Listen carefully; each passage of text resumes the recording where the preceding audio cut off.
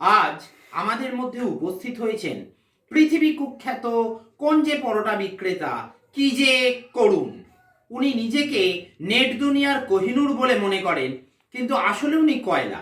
একবার জোরে হাততালি হয়ে যাক কি যে করুন তার জন্য।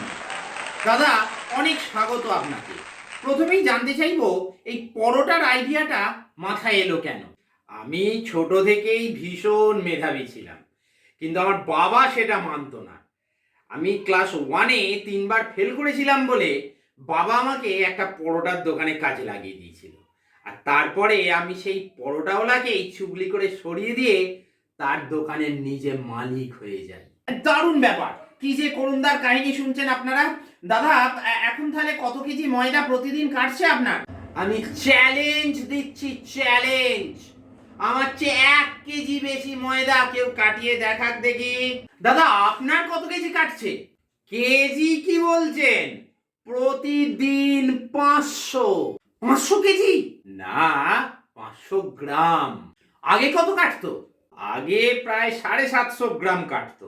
দাদা, ফুড ব্লগার আসার পর আপনার কমে গেল? হাট বকতেই তো সময় চলে যায় ওদের পেছনে, খদ্দের আর আসবে কেন? দাদা, একটা শেষ প্রশ্ন, আপনি দাঁত মাজেন না কেন? আসলে আমি কিন্তু নিজের পরোটাই খাই, কারণ লোকে তো খায় না, তাই আমি আর আলাদা করে মাজনের পেছনে খরচ করি না। দাঁতে পরোটা ঘষে নি।